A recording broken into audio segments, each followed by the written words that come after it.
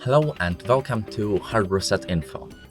I wish you a great and successful day, and now I will show you how to pin and unpin apps to the start menu in Windows 11. So firstly, I will show you how to pin applications to the start menu. In order to do that, you have to click on the start icon, and here you can go by the two ways. You can click here, all apps, and search for this application in this big list, or you can jump straight forward to the search string and type name of this application, for example, Google Chrome.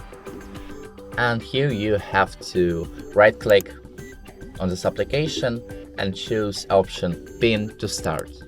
And now we can check it. We will have Google Chrome pinned to our start menu. But what if we changed our decision?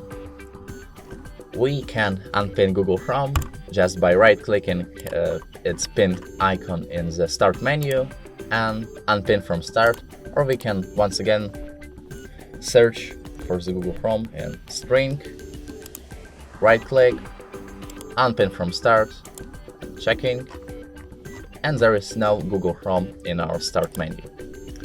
That's all. If this video was helpful, please support our channel by clicking like and subscribe buttons, and the most important thing, have a great day.